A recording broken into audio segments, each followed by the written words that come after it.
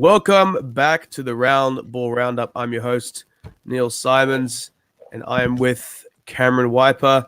I'm going to let Cameron sort of discuss what the weekend's A-League action was like before I start to just talk for the next 15 minutes. So I'll let you take the reins. Hope you've had a wonderful weekend, by the way, Cameron. Yeah, I think we've both been quite disappointed with our respective clubs this weekend, but understandably, you're a bit more disappointed. But yeah, I'm also back at uni, which I'm quite happy about. Lockdown sort of easing in England. So yeah, I'm back where I am much happier, and I've got my scarf back, so that will be a regular feature. Anyway, Yeah. on with the A-League action. So obviously the big talking about point is the Melbourne Derby. No one can stop talking about that. There was more VAR drama in the clash of the two Westerns, and Wellington Phoenix pulled off a remarkable result against Perth. And right now, probably aside from the Melbourne Derby, the biggest game this weekend. Mariners are edging it at the moment against MacArthur. So I'll hand the floor to you, Neil, about Melbourne Derby. Yeah, so we'll actually play the highlights before we actually go into the sort of off-field issues. So I arrived at the media box in Marvel Stadium for the first time, which was a very good media centre there, I must say. Struggled to get my way around, but I was anticipating a very fiery derby, or derby, as they do say in sort of colloquial terms.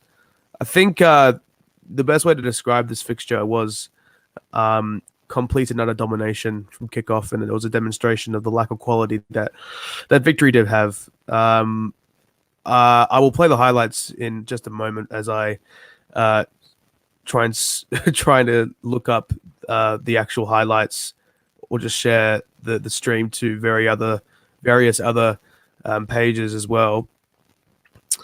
But I think really what happened here was an utter domination by Melbourne City on all fronts, mental, physical, tactically as well. It was just truly brilliant to see from Melbourne City, and you have to admire the level of tenacity that the football club has to actually go through and to dominate just from kickoff. It's unbelievable, something like we've never seen in A-League history, and I think it's just stunning. It was from start to finish.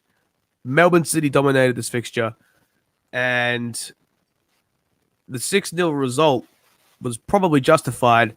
They could have easily put 8 or 9 past Max Crocombe. They missed a penalty in the 11th minute, which is, looking back on it, it's kind of hard to even comprehend that they could have put more past the goal. But I'll let you have your thoughts on it before I start. I'll just go into sort of my thoughts off the field, what's going on. As obviously since we last talked, it's been about 2 weeks and a lot has happened, and it's the crisis has worsened since then. Yeah, so my immediate reaction to the match while I was watching it, I didn't think it was. I think Melbourne City edged it in the first half, but it was still a close-ish game. Victory were definitely in the game still. Obviously, McLaren missed his penalty, so it could have been a lot more. And I think, obviously, such a margin at halftime, if he had scored that penalty, and then, yeah, it would have had a completely different outlook on the game. But I think Melbourne Victory were in it for the first half. But then they just completely collapsed, and it was just shocking to see, like, how the manner in which Melbourne City scored their goals. A lot of them were just hitting them on the break, and Melbourne Victory would have possession, have a cheap giveaway in midfield, and then Melbourne City would be on them straight away, pushing up the field, getting into the box, and causing all sorts of problems for them.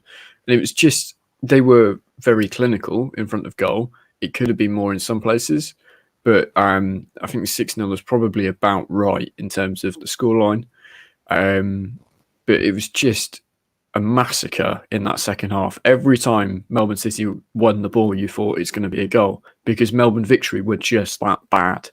They were diabolical, and I don't think single player out there can say they put in a half decent shift because, yeah, I'm not even a Victory fan, but I would be furious with some of the defending. And then what was the most difficult thing to understand? I know there's obviously the injury worries over some of Melbourne Victory's best players, but Brebner taking off pretty much all of his best players in one substitution was like I don't understand that. You're in at that time. I think it was 3-0 when he made that change. So yeah, the game's probably gone, but like you can make a fight of it. But all he did was open the floodgates. They lost all of their experienced players. They lost all of their attacking threats at all. So they had to sit and try and not give the ball away for the next 30 minutes because they couldn't go up the pitch and score.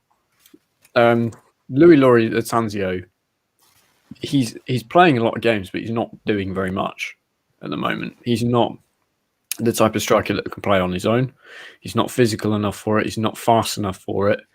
He needs a stroke partner if he's going to get goals.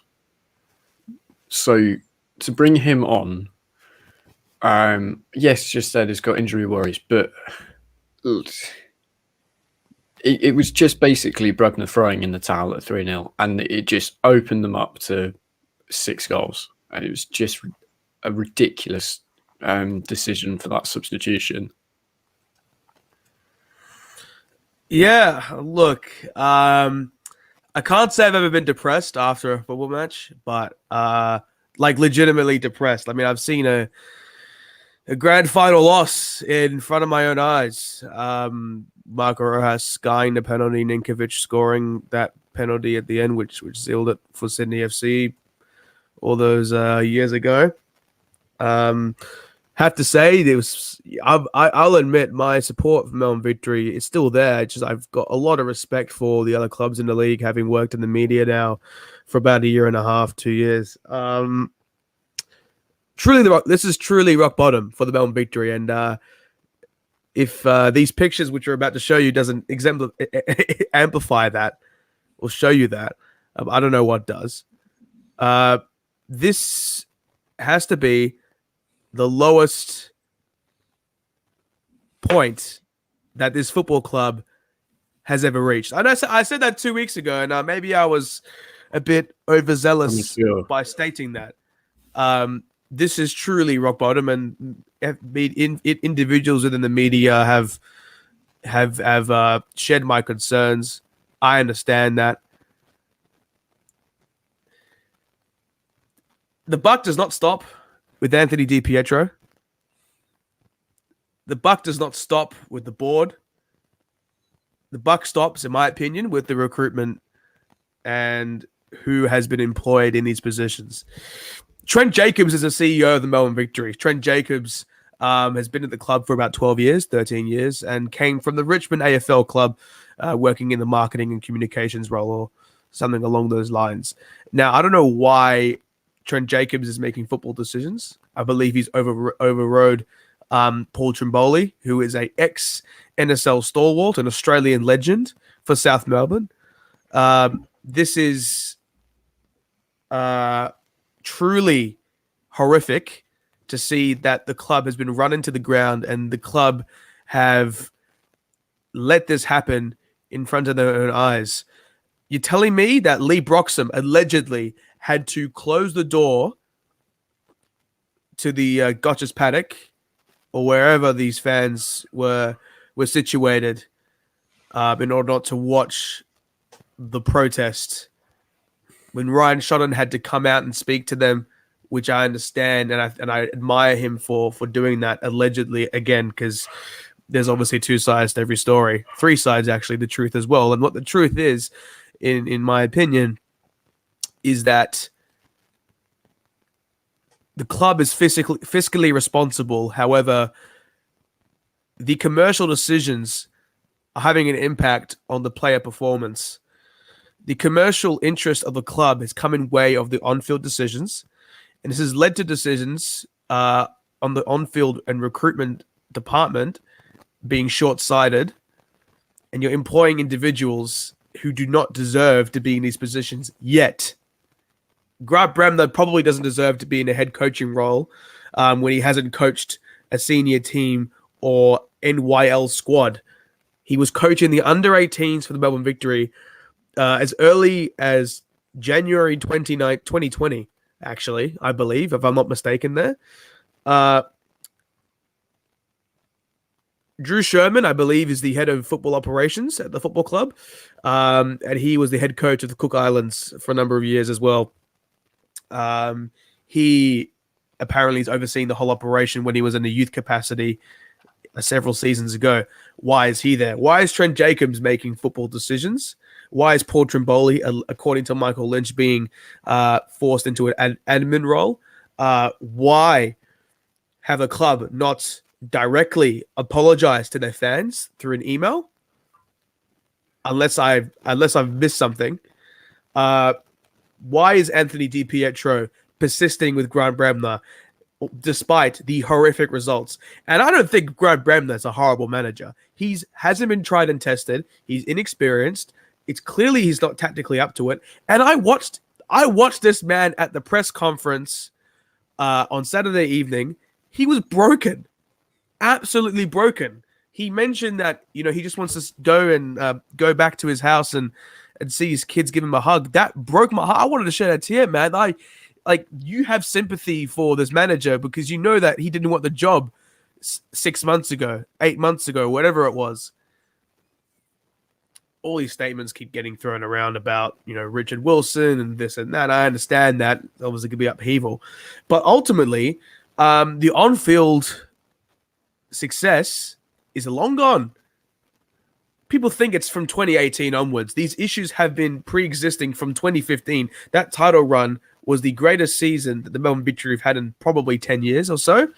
And since then, it's gone downhill. Keep in mind, that 2018 season started off with winless and 6, I might say, where Leroy George was probably the only shining light in a probably abysmal season.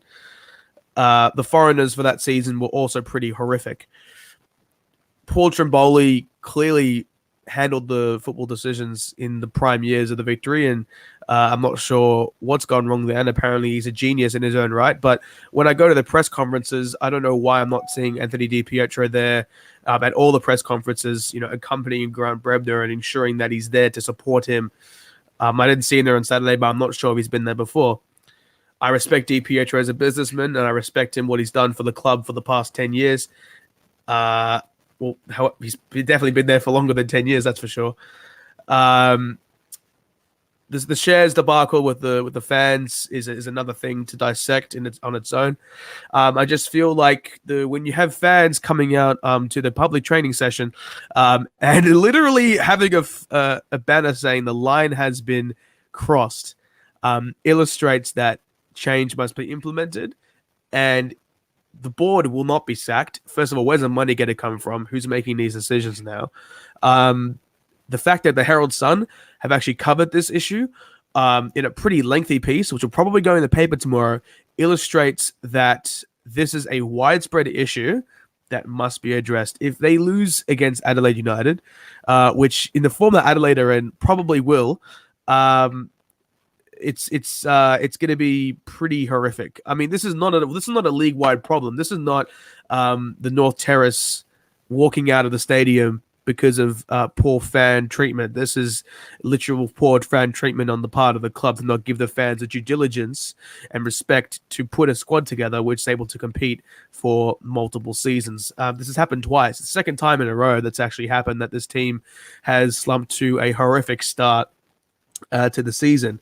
And it's interesting because Grant Bremner is the scapegoat defined by himself. And I can tell you that Michael Lynch was very surprised when he heard that the Grant Bremner called himself, he deserves to be the scapegoat, because this man has put the club on his back for about 10 years now, ever since he stepped foot into into Etihad Stadium at the time, where that was Victory's home ground for a number of years. Change must be implemented, otherwise the club will continue to go down a slippery slope that has never been seen before. 11,000 fans at the Melbourne Derby is certainly not a good crowd at all by any stretch of the imagination. Is that a reflection on the COVID restrictions? Possibly. Is that a reflection on the club's poor performance? Or is it a reflection on the club's dissatisfaction with the board and the way that the club has moved in the past couple of years? Will success change everything? Possibly not, but you have to remain optimistic. However, this is probably and truly the worst position the club has been in for about 9 years. That's what many think, but in my personal opinion, it is the worst ever. 2 consecutive seasons with dismal performances and a 6-0 drubbing, which I haven't even touched on yet, is the icing on the cake. Let's not distract this from the fact that Melbourne City played very well. Cameron, I want to discuss on Melbourne City's performance as a whole. How does this reflect on Grant Brebner's not Grant Brebner? How does this reflect Patrick Kisnorbo's transformation of this Melbourne City side? Yeah, Kisnorbo was under a lot of pressure after the first few games. Obviously, McLaren wasn't really firing as well as he should have done. There was various other issues, lack of discipline, but this is a big, big win for the credibility of Patrick Kisnorbo as a A-League head coach. He's certainly he's put his mark out there. Like, he has got a team that is obviously very talented, and he has masterminded a very, very good victory, although it was somewhat handed on a plate to him by how bad Melbourne Victory were. It was a good performance from Melbourne City, but as much as we can try and say that they were outstanding, they didn't have to be. It was made easy for them by how bad Melbourne Victory was. Yeah, I just think that the tactical. Let's not mistake the tactical plan that they implemented was brilliant, targeting that right side to basically toy with Dalibor Markovic was a genius ploy, and eventually I think Jacob Butterfield actually had to support him there in many stages because Naboo's apparently slimmed down a little bit. I mean, I don't really think that has much of an impact on his performance, but he was very good. Naboo no doubt. I mean, my player ratings, I gave him the second best player on the park besides Connor Metcalf. You'd probably argue Naboo was better. I just feel like when the City side is operating at full capacity, it's probably the best in the league. If you look at this season, I mean, they lost in the Mariners. Naboo wasn't playing there. Naboo's clearly the X factor. Playing, in the 3 games he's had when he's returned, he's been firing on all cylinders. I mean, people thought that his 2018 season with the Newcastle Jets was a fluke, but I don't really think it was. This guy has extreme potential, and even at the age of 27, to really go above and beyond, and hopefully possibly make a Olyroos squad if he continues his good form. All credit where credit is due. I mean, Kisnorbo, after being under some slight pressure, has actually turned this team around into quite a dominant force. Yeah, they're definitely a much bigger threat because of what he's managed to do. He faced adversity early on, and he's picked it up, turned it around, and the full credit to him for doing that. It's a remarkable turnaround from that Central Coast Mariners game. You looked at that and thought they're dead and buried this season, and they're a shell of the team that they were not 6 months ago. But that performance just shows, they can be really, really deadly as a side in this competition. And I think, they're sort of mid-table at the moment. There's the opportunity with so many teams with strange results week in, week out, that if one team goes consistent, as we've seen with the Central Coast Mariners, if one team starts consistently winning, they will start to pull away and they will start to be one of the bigger forces in the league. And it's Melbourne City are on the beginning of that at the moment, I reckon. They just need to be able to keep it up. Yeah, no, I think really it's a reflection on the club as a whole. They've been really good in many stages across a number of years. I think their recruitment this season has been very good so far. Tsubaki hasn't really shown much just because he hasn't really been afforded the opportunities as Nuno Reis has. But I think Nuno Reis was fantastic on the weekend. The club is really performing in a uh, in a sorry, I've lost my words. The club is performing extremely well.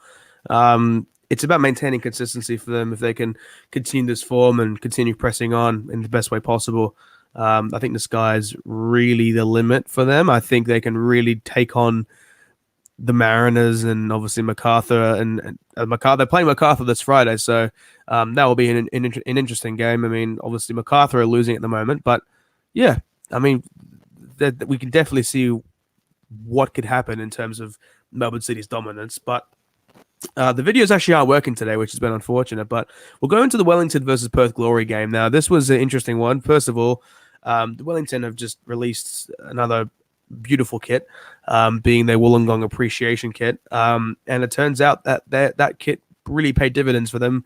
3 goals to none. Perth Glory in a bit of a slump. Yeah, a bit of a shock result, really. You'd expect Perth were going to bounce back from defeat against Central Coast Mariners, and Wellington were probably the perfect team to do it against, considering the league positions. But no, Wellington turned up with a game plan. They were ready to defend. They'd seen what the Mariners had done, and it was pretty much the same sort of thing. Perth had a lot of the ball. They swung crosses into the box a lot. I think it was something like 41 crosses in that game, but they only made connection on 14 of them. They had 22 shots, and Wellington had 8 or something.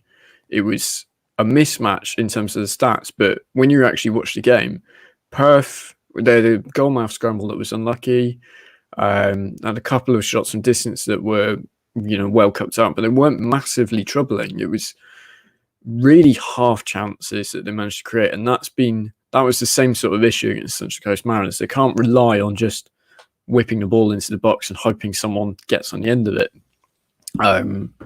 which is it's a problem that we've seen for Perth in the last couple of years. They don't have a plan B. If what they work on day in, day out doesn't work, they don't have anything else to turn to. We saw it under the Popovich, where we had the Popovich style of playing, where you pass it around the back, you wait and wait and wait for a patient opportunity, and then you strike. If that opportunity didn't present itself, or if a team came up and impressed them straight away all game, like we saw Sydney do, and Sydney took advantage of it in 2 wins and a grand final.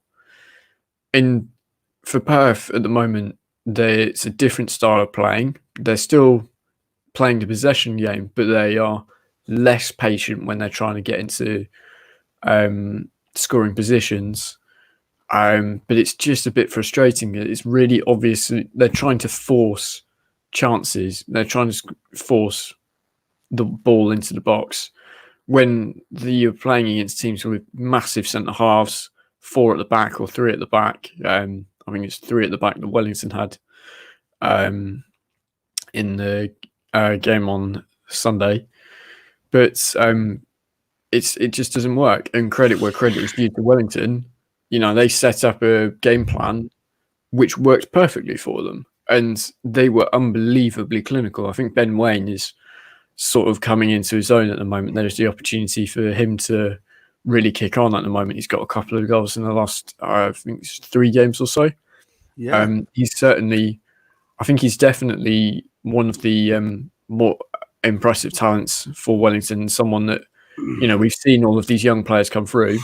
Ben Waine is someone that could, maybe not this season, but he could definitely get double figures. And once he starts doing that, you're going to get interest from overseas. And obviously, we've seen some of the players that Wellington have produced in the last couple of years move on Yeah, big opportunities. I think it's a reflection on Wellington's development of players and how they're able to present themselves in the global market. Obviously, Liberato Kokache and obviously Saprit Singh, two players who are killing it on the world stage. I think it's a reflection on how really good they are. So I think, sorry about that. We'll go into the West United versus Wanderers game now. Cameron, I'll let you sort of start this off. I mean, we're not looking at anything in the moment, as Barisha would say. But what are your thoughts? With the penalty thing, I think it is a penalty in the end for Barisha. But if you make the argument that that is a foul and that's a penalty, Western Sydney should have had one in the first half when Abini had one. So I don't think that affects the entire outcome of the match too greatly, because I think if you give that, you've got to give the Abini foul. So I think it just comes down to why do we have VAR? I think both you can see why it's been given. You can see why it's not been given, but you can also make a case for it to be given. I think the rules are fairly clear in that if you're a defender and you're pulling on someone's shirt, that is obstruction. That's stopping a player from getting to the ball through means that are illegal. I think it's a penalty. And the fact that VAR didn't review it is baffling. You've got this technology. Sorry to interrupt, but there's no transparency with these things, and Yeah. I think it's a global issue as opposed to a domestic issue.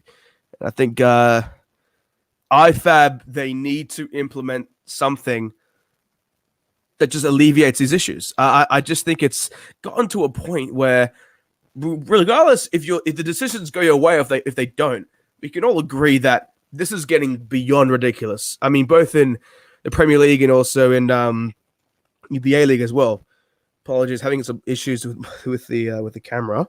But I just feel like the IFAB changed rules for the penalty that was given against Fulham, right? During the week last week. So I just it's a globalized issue as opposed to the A League. I think that the A League have dealt with VAR better than better than the Premier League have, for example. But this is just really seeing players get so upset and so aggravated by these things is just upsetting.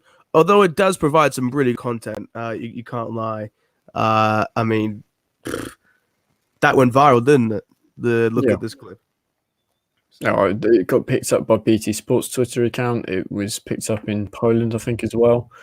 Because, this is an issue that the entire world is facing with VAR. I think my opinion of it, we've seen instances where it does work. I don't know if anyone saw Arsenal versus Burnley. Eric Peters makes a block with his shoulder on the goal line. The ball pings off him and hits the crossbar.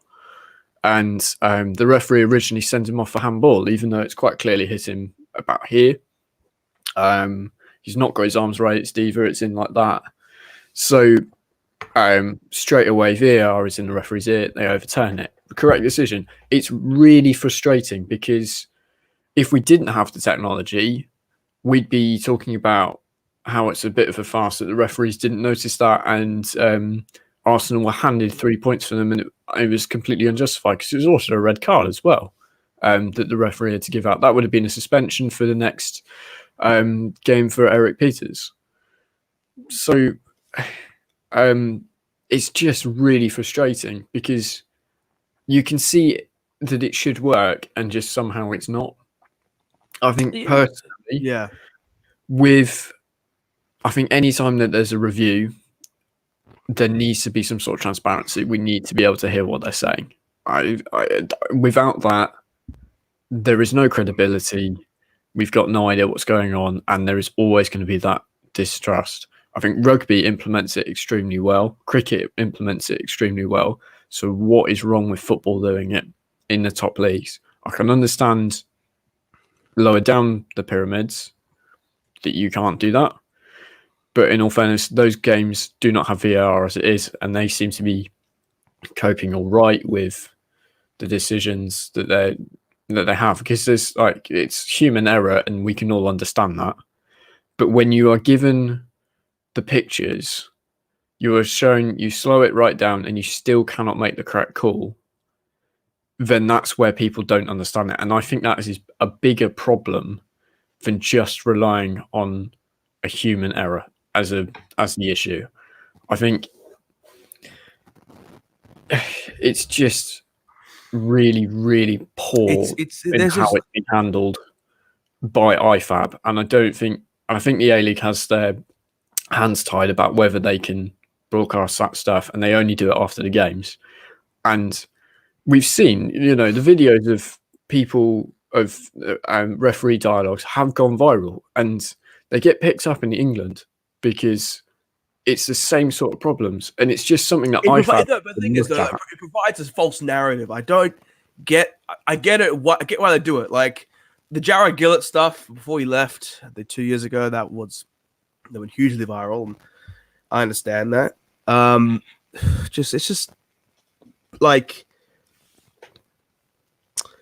when they can wake up and realize that in order to eliminate or partially eliminate the uproar around VAR is to possibly give some more insight into decisions that can be made and hold referees accountable in a different sort of limelight.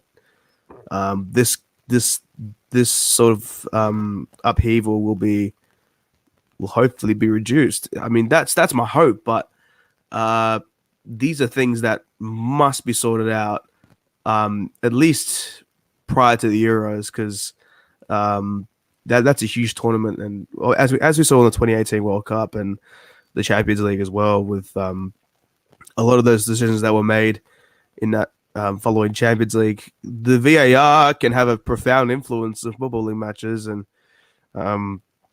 the worse decisions that are made, the worse the reputation of the game will be worse off as a result. So, I mean, West United, at the end of the day, they lost to a pretty bad mistake by Jairus Takadas, but it's good to see Jordan Mudge back on the score sheet, though, so can't complain there. Last game, what we're talking about. Sorry? It was a well-taken goal. I've stated him in the pod when he first arrived, but it was a good bit. Because he wasn't really getting much game time, but he's obviously getting a bit more game time now, which is good to see. So, yeah. It was a very well taken goal. Fantastic finish. If the viewers are wondering what's happening, I've just got a bit of a cough, and I just don't want to everyone's seeing that, But anyway, we're trying to work around that. It's okay. Brisbane Roar against Sydney FC. Yeah, I mean, I was obviously in transit going to the Victory game. In hindsight, I'm not sure if I should have went, but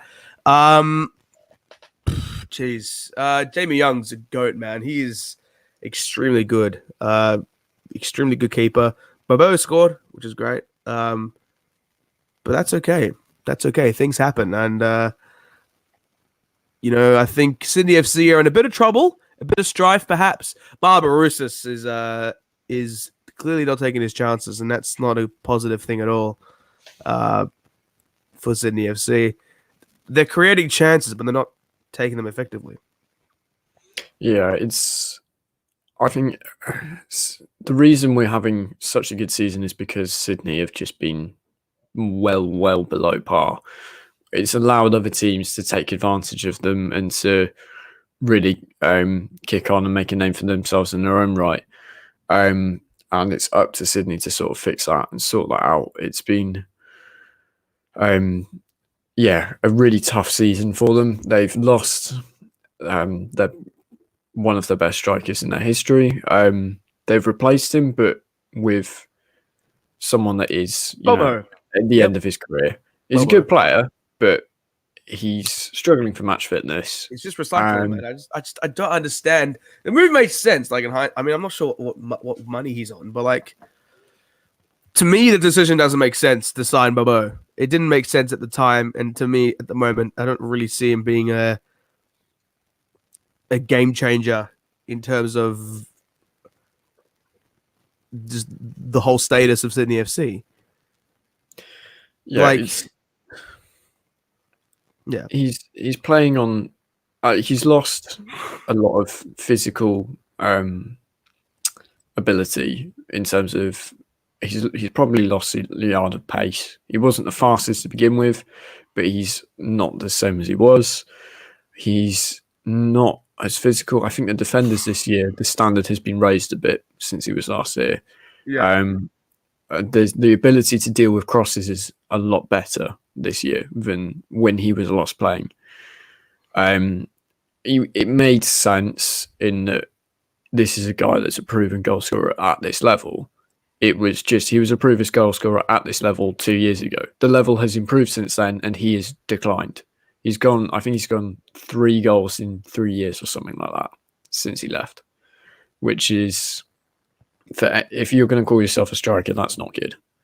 He's barely been playing, yes, but like you've got to be scoring goals at any level to be effective. But he scored this weekend. We may still be proved wrong. Matt Derbyshire yeah. is I leading feel the like goal scoring. the service is good enough, but his clinical finishing, what we've seen in previous season and prior seasons, I just don't think that's there anymore. That's my opinion. I just think that this could be a Matt Derbyshire situation. However, I don't know, man. You can never really tell with foreign strikers in the league because some strikers struggle initially, then just keep firing like Matt Derbyshire, or you can have other strikers like Olyroos who just come up straight out of the bat and just completely dominate. So it's very difficult to tell with these guys. I think you look at the Victory just dead has also come into his own, if you want to call it. And you've also got West United, who obviously have burst apparition. People thought that he'd be a poor striker, when in actuality it was probably a poor Victory side that just failed to provide him service. When he left the club in 2018. So the A-League's a weird place because players come into the country, foreigners, and they often, have a high sort of pedigree and then fail to deliver. But then you have guys who perhaps don't have the highest pedigree who come to the country and completely dominate. Like guys like Roy Krishna and Carlos Hernandez. Well, Thomas Boris is a different sort of player, is he? So you never really know with foreigners, and you can never get them right completely. I think the Victory got them right once in 2015, the Del Pierre, Fahid Ben Kafala, that season. So the question is, I think hampering back to this conversation, is if Brisbane can actually string a couple of results together. I think that Andrew Redmayne's mistake was just bad. We're really seeing sort of shades of what he used to be, which is unfortunate for Sydney's case. But I want to see more of the youth come into Sydney as well. I don't think I'm seeing enough of Patrick Wood as much as I'd like to. Obviously, I think he started, but I still think that he needs to be given consistent starts in order to actually establish himself. I want to see Adrian Segagic. He was linked to Rangers. I tried to do some research on him the other day, and I don't know why that deal fell through, but you've got guys who want to buy Rangers. You should probably play him in the first team. Anton Minalaric, I forgot his name, but sorry, I know his name. I don't know how to pronounce it, but he's gone to Dinamo Zagreb on a loan deal as well. So, yeah, it's turbulent times for Sydney. I just think it's a matter of just for both sides, actually, if you really want to put it in that context. Brisbane obviously better off, but it's going to be a difficult couple of weeks for Sydney FC to really find themselves again. Yeah, it's definitely. There's no easy games this year for any side. We've seen that anyone can beat anyone, which is what we want to see. So, yeah, it's not the season for Sydney to drop off, really. It's possibly the worst time that they could have done it because it's no given that they can come back and storm to the top two by the end of the season. I know it's early days. It is, mathematically possible. But I think just the level of some of the teams this year, there are more teams that are consistent than Sydney, and I don't see that changing for now. And Mariners, for example, we just think they're going to drop off at some point. They have to, because if you line up their squad list compared to Sydney's, Sydney blow them out of the park in terms I of mean, pedigree. I just think it's tactically like I don't know. Perhaps it's the physicality. Like I'm even looking at the stats now. Like the MacArthur are dominating in terms of possession and passing, like almost doubling them on passing stats. The pass accuracy is also higher for MacArthur. I just don't know how. Like this Mariners side just boggles my mind. Like if they win this game, they're going to be 7 points clear. 7 points clear. That's ridiculous. That's ridiculous. Of MacArthur, 7 points clear. We're usually used to them being 7 points off the bottom from everyone else. Like it's an unbelievable turnaround. I'm looking at Matt Simon on the bench and he's just grinning from ear to ear. Who would have thought we would have seen that? Is Alu Qual? Yes, he's on at the moment. Yes. Simon is sat on the bench. There's a picture of the live ladder at the moment. There's a huge difference in points. And you've got Matt Simon smiling there. 12 months ago, we've got the COVID pandemic that's about to happen. We've got the beginning of all of the ownership turmoil that's sort of starting to creep up. Beginning? Oh boy, mate. Oh Jesus, it's not the beginning, I'll tell you that. It's like you're just looking at a really dire situation. And if you had told Matt Simon 12 months later that you would be one of the top goal scorers in the league and that you would be leading your Mariners side to 7 points clear at the top of the table. Look, City should probably beat MacArthur. So I guess they might, at the end of this sort of stretch, they might only be 3 points clear. Still, that's impressive. I mean, at the very worst. So, it's going to be interesting. But yeah, and I think Perth have got a couple of games in hand, and I think if they win them, which is no guarantee at the moment, they'll be 3 points away as well. But yeah, like it's it's good. It's just good to see the A-League table just like shaping up as a whole. I think it's, I think some teams are still on 8 games. I mean, West United and Glory, but once they play those games, I think West United they've got Sydney FC. I think on Wednesday. Is it Tuesday or Wednesday? I can't remember. But still, like that's going to be a big game for them as well.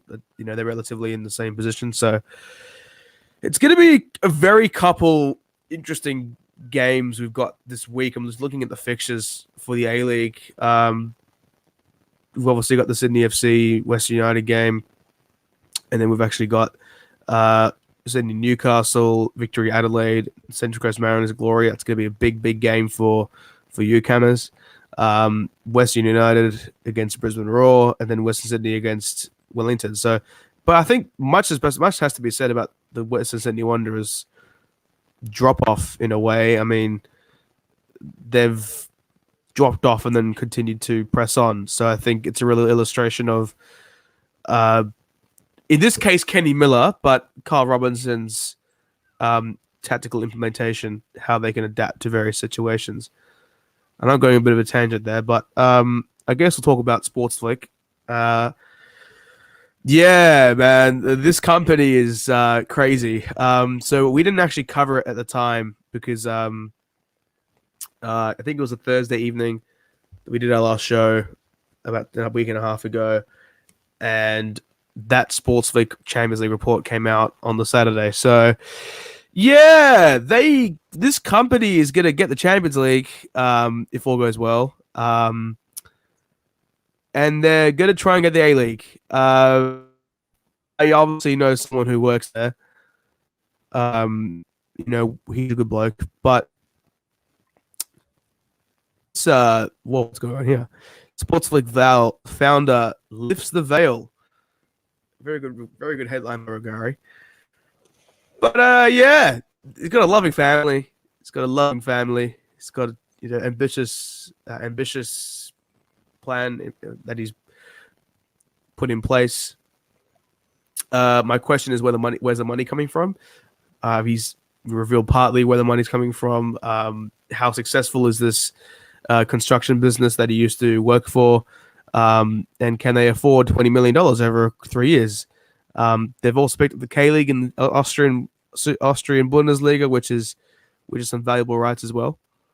So, look, the end of this month apparently is when the clubs want to finalize this TV deal. Will it happen at the end of the month? Absolutely not. Do I hope it would be? Absolutely. This is the only thing I've wanted to talk about for about a year. I think in June, Fox renegotiated, and that sort of all happened in one day. I remember that Financial Review came out with a report earlier saying that they've lost the A-League, and then obviously they renegotiated from an 11 million a year to a 31 per million, but although it's been reported there's now 29. So, geez, games at a crossroads, but this could be something new and something perhaps encouraging. Yeah, we need to get the broadcast deal sorted. There's a lot of things that will sort of fall into place once that is done. And yeah, it's just good that we may not have to use Fox, although, they've been, as Brenton Speed says, every single day. They've been there since day one. But we've seen a drop off in the last couple of years. Look! I just gotta say before above all else, I actually saw Brenton Speed on the weekend. Actually, by the way, very nice. Yeah, he was in the press box. Well, at halftime, obviously he wasn't munching on sandwiches during the game. I hope. But yeah, these are just some comments that come through, and thank you guys for supporting us. But I think in terms of Sports Flick, they've obviously got an extremely difficult couple months coming up to upscale their production and to upscale basically everything they have at the moment. That's going to be an extremely difficult thing for them. I have faith in Michael Turner. Michael, if you're watching this, I love you, man. Just keep doing what you're doing. You're going to smash it. But if they get the Champions League, which they've been widely reported, obviously it's been about 2 weeks since that deal was sort of reported widely, which is interesting then again. But one concern is that can you muster up a broadcasting company in essentially 4 months? What is it? It's March now, so you've got about 5 months to upscale your production significantly, and by employing 30 plus staff on board, looking at producers, production hosts, graphic designers, social media production, marketing, everything. Technical equipment as well. Yeah, that's what I was trying to figure out the terminology for things to producers and whatnot. First of all, where they're going to come from. First of all, you've got to pay people to actually do that. You've got to get adequate subscribers to come on board, and you're potentially looking at the A-League as well. So if you're doing the A-League, how are you going to do your own production? The production they've got for the ABL is not bad. I just don't think it's A-League quality. I think we possibly have to relegate ourselves to the fact that we're not going to get a Fox quality broadcast in this next broadcast deal, even if it comes with Stan or any company like that. Look, there will be people coming to the party. I mean, Greg O'Rourke said that Stan are interested. Good on Val Migliaccio for actually. It wasn't Val. It was Albie Kid. Whatever that Triple M show. Good on them for actually pressing him on those questions, because these are the things that we must address. Fox. As I was saying before, the on-air personalities, most of them I think are brilliant and deserve to be on board in a football environment. It's just clear to me that it's no longer a football environment at Fox. And you may have the be in sport stuff. Good on you, but I think what it really comes down to is football dedicated people doing football dedicated things, and Optus clearly have the upper hand there, and I don't think Optus will be coming in for the A-League rights. That is not what I got from the Richard Bayless interview. This is personal intuition, and that Richard Bayless interview is actually dropping tomorrow, so get pumped for that one. 2 exclusives coming out of that one. We're entering a new age of broadcasting, streaming, and everything like that. It's going to be a lot of fun to see how much money people want to pay to actually, watch football. Because if I'm the traditional consumer, I mean, I'm not. I'll throw my money anywhere to watch football. If I'm the traditional consumer, and let's say Sports League get the Champions League, and Stan get the A League, I would have to pay KO Sports for European leagues, the Bundesliga, etc. I'd have to pay for Sports League to get the Austrian League, K League, and Champions League. How else I'd pay for Stan Sport as well? So, and Optus for the Premier League. So that's 4 platforms, $15+ a month. We're looking at $90 potentially, depending on KO is 25. So, someone do the maths, please. But this could possibly be an extremely awful position for the consumer as well. So Matt Hatch has apparently scored. I've just been told. Let me sort that out quickly. It's a really well-taken goal. He's literally come on off the bench about 30 seconds ago. Matt Hall or Matt Hatch? Hatch. He's making his debut. I think it's Hatch. Yeah, Hatch. Oh, what the hell? He's literally scored with his first touch. He's come off the bench. There's a throw-in for Mariners. Oh, yeah, he's done a scholarship. Quarles beating his man, slid it into Hatch. He's just scored from the top of the box. See, I would show that, but I don't think I can. Just due to the sort of, I probably shouldn't. But, geez, that's impressive.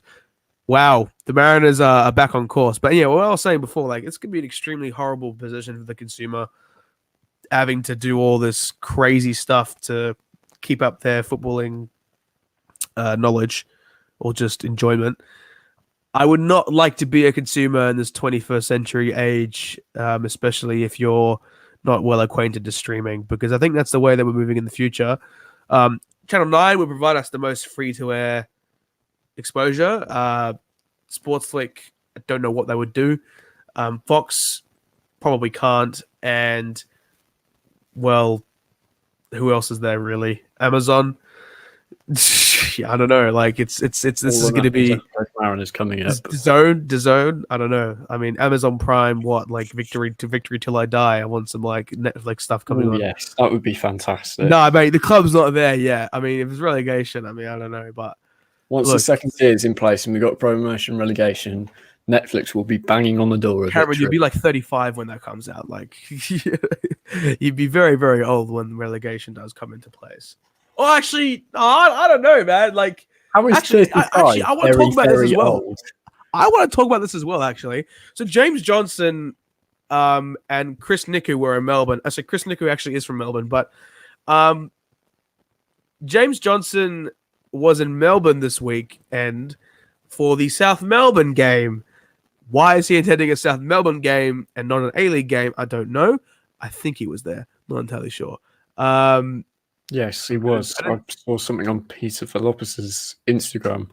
For the South Melbourne or for the A-League?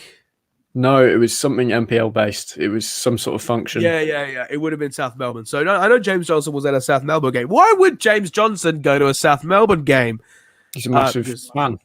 Huge fan. He's a massive Always fan. South Melbourne. He played for Brisbane Strikers. That's all I'm going to say. Fair anyway. enough. Yeah, fair enough. Whatever. But, James Johnson, he went there purely to obviously meet up with Nick Galatas, our boy, and talk about the AFC. Talk to the AFC about the National Second Division. Now, these are extremely positive signs, I hope. And I hope the discussions that came out of these meetings were positive as well. I think we find out in April. Yeah, well, there's a reason why it went down in March. We'll find out in April, and we'll see what the FA have to say. I'm like the Victory fans of the weekend. They were just yelling the obscene F the FFA chants at the game. I'm not sure if you heard, but yeah, You know what? If I wish I was commentating the South game because I would have just went up to James Johnson and given him a big hug because I love him so much. Am I the only man that actually likes James Johnson like that much? Or am I just like, I don't think he's done very much. I don't think he's done anything wrong. He's said the right things. It's just whatever he can deliver. And I mean, so far, he's doing like the what he fact can. that this man knows the 11 principles document off by heart. Like, I don't know how you could know that off by heart. Like, I could like say, Sleep with it underneath his pillow at night. I could say like, I like burgers, and he'd be like, that falls under principle 15. Like, I could say like those random Point stuff, B. and he just, huh? 15.B. 15 point B. Like this guy, he's worked in law, he's worked in football administration, and I think he's the man to drive us forward. And I think what will be the ultimate thing that will separate him apart from everyone is if he's able to somehow bring a TV deal worth talking about to the table. He managed to get another 20 million out from Fox, which is impressive. The question is now, who's going to drive our game forward? In terms of, who's going to drive our game forward in terms of broadcasting? And I think the fact that there's interest is great. Who's going to bid is the real question. I know who bid for the Champions League rights. Sportsflick did. Optus, I'm assuming they did. There's another party which I'm not allowed to name that did bid for the Champions League rights as well. So the money that gets thrown around, keep in mind that the Premier League Optus deal was around 57 million. I think the Fox Sports deal before that was 15, which is crazy. So the more money in the game, the better. But just throw the money at the right places, please. I don't want money being thrown at the Premier League. Just throw it at, a $20 million check for the A-League will be pretty abysmal. But a $30 million or $35 million check for the A-League, I would love. What, going back to the streaming idea, one thing that has to be, personally, I cannot see how VAR works if we are using. You said it yourself. The broadcast quality will be worse than Fox Sports this year. It won't be as good. How are you going to have VAR working in that environment? It's already not up to standard. We've seen that. They've got to bin it off next year. They have to. It won't work. Cameron, good enough level. Happening. It's not happening. I'm sorry, it's not happening. I know. I've obviously, it might be unrealistic to say that it would drop it, but how does it work?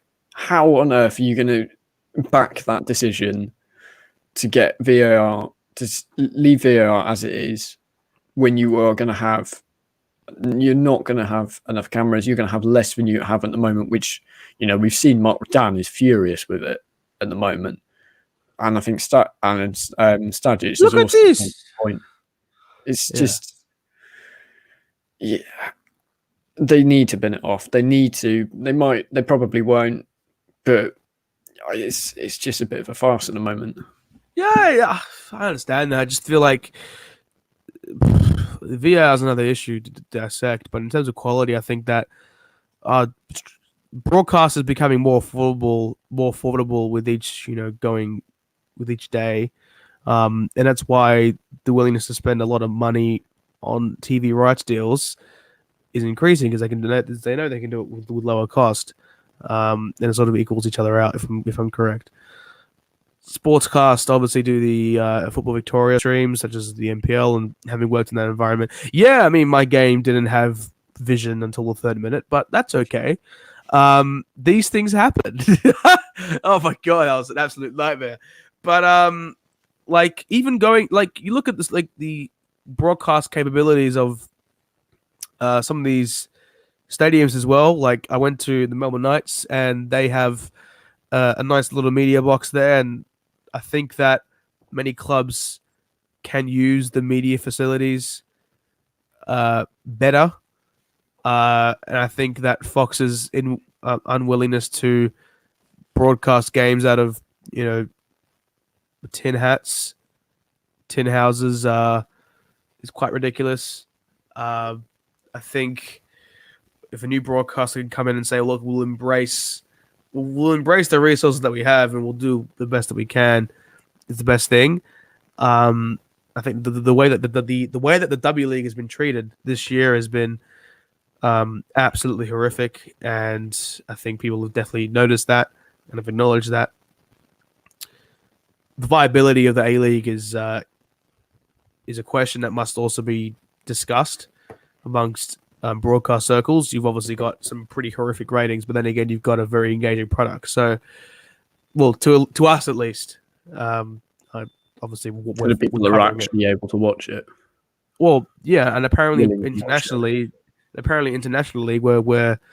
we're actually doing pretty well in terms of broadcast, which is great. So it's a time zone thing, because particularly in Europe. Okay, now I can show the goal. Now I can actually show the goal. This is really good. I'm actually gonna show the goal now. So yeah, Matt Hatcher scored. Let me check this. But yeah, like, look, football's great, man. It's a very. It's stories like this goal. He's literally just come on. There's been a throw in. The ball's fallen to him. His first touch is to sweep it past a Socceroos goalkeeper. That's his first touch in professional football. Oh no! I look cool assist. That's on brand. That's on brand. That's so on brand. I look cool. He's another great story. Mo Torre is also injured. We actually forgot to cover the Adelaide Newcastle game. That's okay though, because it was a pretty bad game. It was pretty boring. There's a reason we forgot. Yeah, I mean it was 2-1 in the end, but like still like wasn't really great. It's been a bit of a scrappy show, but that's fine. I mean my 20-minute rant did suffice the appetites of many people, and I went on a coughing rage for about half an hour, which wasn't great as well, but that's okay. That's okay, because we've got a Richard Bayless interview tomorrow coming out, and we've got plenty of juicy information coming out of that from the other sport director. We've also got Josh Thomas coming up, who is the Sporting News Australia writer, one of them, who manages to churn out about 8 articles per day. I don't know how he does it, but good on him. And yeah, David Farini. We'll find out. You have to ask him. I'll ask him. If you want to come on that one as well, you're more than happy to. We'll see. I mean, it's at 10:30 on Wednesday, so that would be pretty PM good for you. AM. AM for me. Not bad, hey? Yes. I might be able to do that. We shall see. We shall see. We shall see, Cameron. But yeah, thank you for joining once again. And yeah, we rated really well today. So more rants from me, Cameron, or should I just maybe like more watch longs? Live coverage of Mariners. Live coverage of the fixtures. Nice. We should probably do some. We should do some broadcast. We'll do radio. We should do radio. Hey, Talking City, just fuck off. We don't need them anymore. They're doing a good job though. Like, I'm not gonna just hate on them for no reason. But look, coverage in this game is sparse, and we do expect that it'll improve over a number of years. Hopefully, with new innovations and everything like that. There's a lot to look forward to. Not just with what I'm working on, but with everything. And I think you'll definitely see that we're going to be entering a transitional phase. New broadcaster, Olympics coming, World Cup qualifiers, which we didn't even cover that, which illustrates how much content we have. We'll save that for Thursday, I think. Yeah, we've got plenty of stuff for Thursday. I mean, if Victory and if the fans end up like burning down Amy Park, I mean, we'll see what happens there. But look, fair point. I mean, look, they won't burn down Amy Park. I just feel like oh man, something similar to. Have you seen? Wait, did you see? Did you see that photo when they were literally like training? Hang on, I'm gonna try and get it up. Like they're literally watching them train. Like they're literally watching. Hang on.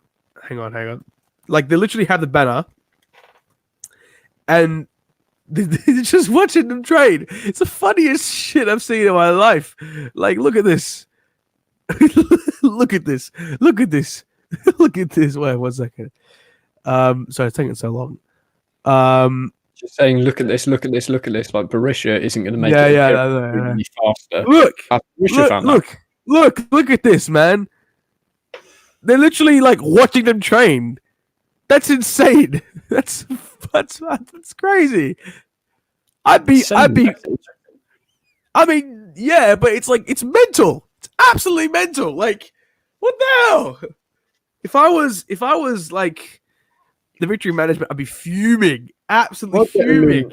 I'd get them in for free kick practice. That's a really good makeshift wall there. You just have them in front of the goal, Yeah. McMahon them, or just ping the ball straight at them or over them. To be fair, I mean, a lot of them would do a better job than the current players that Victory do have. And I didn't even touch on the youth recruitment. The Victory's youth recruitment is awful. Get into it. We're an hour in. Nah, I'm gonna keep going. Like the youth recruitment is abysmal. Like we can't. The academy has not produced any good players that have played for the senior team. From memory, like Lee Broxham is the only man that's really played for the whole the team for a while. I mean, Melbourne Hearts they don't really count. Sydney FC developed Ryan Grant, Joel King. Many players who are currently playing in the first team. Who have Victory developed that's playing in the first team? Well, Kadar, Markovic. Virtue of Traore being injured. Yeah, well, that's what I'm saying. You've got Dalibor Markovic. I mean, in terms of like players, I mean Theo Harris, obviously he's kind of disappeared. I'll show you his transfer market later, though. I won't show you now because we need to end this. Yeah, thank you very much, guys, for tuning in, and we'll catch you guys soon.